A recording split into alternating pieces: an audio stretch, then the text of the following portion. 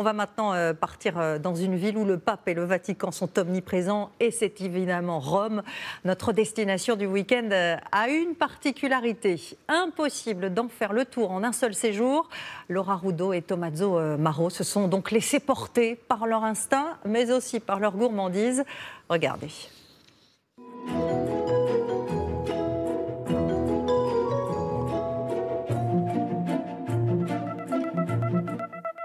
« 2500 ans d'histoire, qui dit mieux? De la Rome antique à nos jours, la cité éternelle est un musée à ciel ouvert.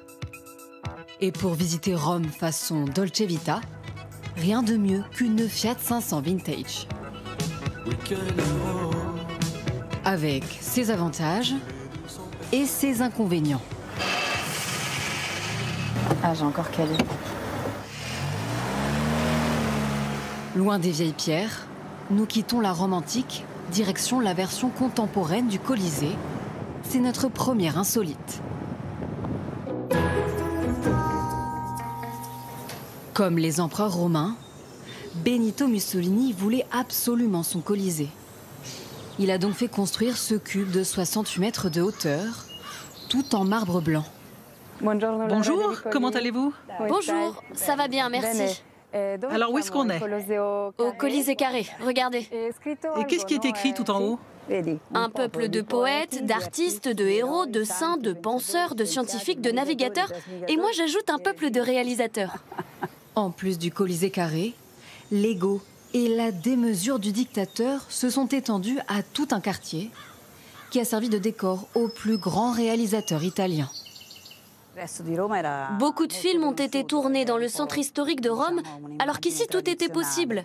Le réalisateur Federico Fellini disait que tourner ici, c'était comme une page blanche. Un quartier néo-romain indissociable des plus grands films dramatiques italiens. Même Alain Delon y a joué en 1962. L'heure du déjeuner approche. Un plat de pâtes carbonara nous attend chez la nonna. Ciao Laura, bienvenue. Pas question de mettre tout de suite les pieds sous la table. C'est moi la nonna, voilà ton tablier. Teresa va nous apprendre la vraie recette des carbonara. On va commencer par préparer notre pâte fraîche à base d'œufs. Tu sais, avant, mes ancêtres travaillaient la pâte de cette façon-là, comme ça et comme ça. C'est un peu comme une danse? Oui, c'est ça. Et voilà nos fettuccine. L'ingrédient phare de la recette, c'est ce beau morceau de guanciale, de la joue de cochon. Et évidemment, en Italie, pas de crème fraîche. On ajoute du pecorino, c'est un fromage de brebis de Rome.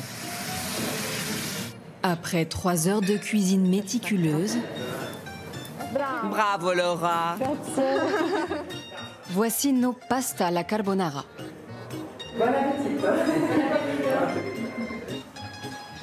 Après un tel repas, une marche digestive est la bienvenue. Une file d'attente étrange nous interpelle.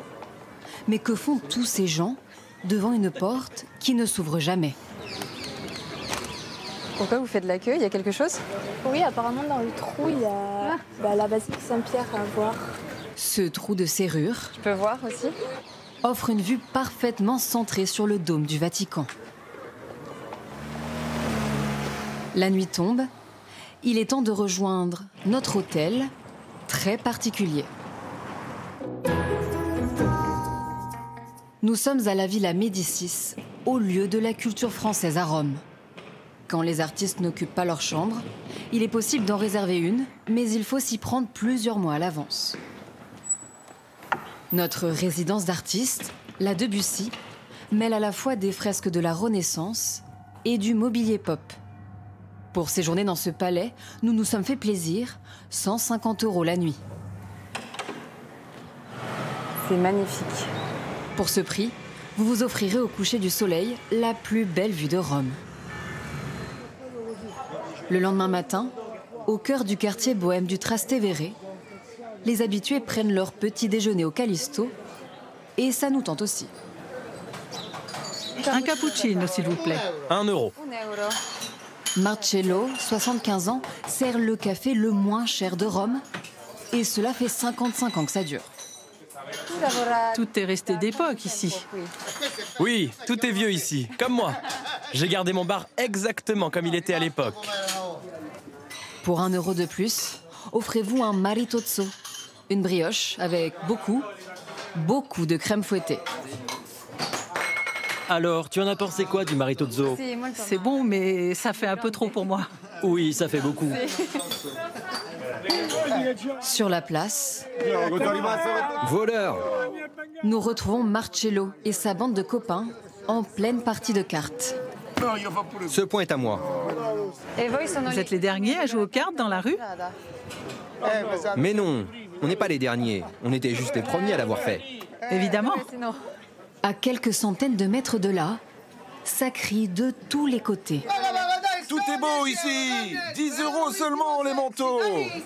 Nous voici au marché aux puces de la porte à porte aisée. Qu'est-ce que tu dis là? Je donne les prix. Ça à 20 €, ça à 10 €. En vrai, tu ne dis pas que ça, si? Ah oui, je fais des blagues aussi. On est là pour rigoler, non? Oui, c'est vrai, c'est drôle. Ici, vous vous offrirez la garde-robe d'un vrai Italien à tout petit prix. C'est pas un peu trop grand? Non, c'est pas mal, hein? Combien coûte ce blazer, s'il vous plaît? 10 €. 10 €. Allez, affaire conclue. Arrivederci, ciao. Après toute cette animation, nous retrouvons un peu de calme sur les quais du Tibre. Raimondo. Oui, j'arrive. Raimondo pilote avec dextérité l'un des rares bateaux-mouches de la ville. C'est difficile de naviguer sur le Tibre?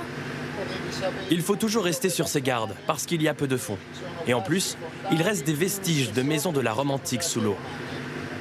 Décidément, Rome réserve bien des surprises.